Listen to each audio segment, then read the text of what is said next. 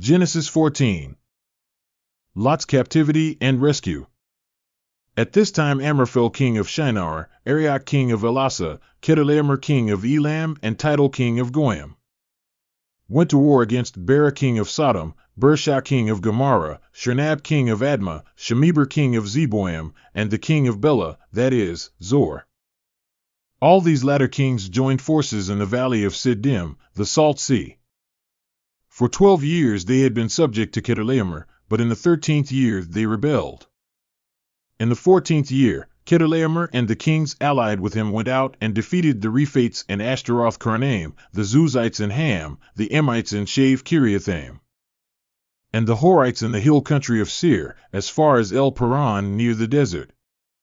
Then they turned back and went to En Mishpat, that is, Kadesh, and they conquered the whole territory of the Amalekites, as well as the Amorites who were living in Hazazon Tamar.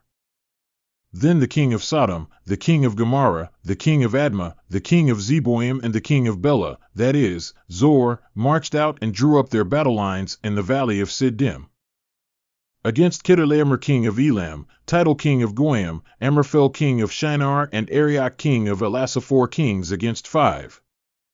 Now the valley of Siddim was full of tar pits, and when the kings of Sodom and Gomorrah fled, some of the men fell into them and the rest fled to the hills. The 4 kings seized all the goods of Sodom and Gomorrah and all their food, then they went away. They also carried off Abram's nephew Lot and his possessions, since he was living in Sodom. One who had escaped came and reported this to Abram the Hebrew. Now Abram was living near the great trees of Mamre the Amorite, a brother of Eshcol and Aner, all of whom were allied with Abram. When Abram heard that his relative had been taken captive, he called out the 318 trained men born in his household and went in pursuit as far as Dan. During the night Abram divided his men to attack them, and he routed them, pursuing them as far as Hobah, north of Damascus. He recovered all the goods and brought back his relative Lot and his possessions, together with the women and the other people. Abram blessed by Melchizedek. After Abram returned from defeating Chedorlaomer and the kings allied with him, the king of Sodom came out to meet him in the valley of Shave, that is, the king's valley. Then Melchizedek king of Salem brought out bread and wine. He was priest of God Most High.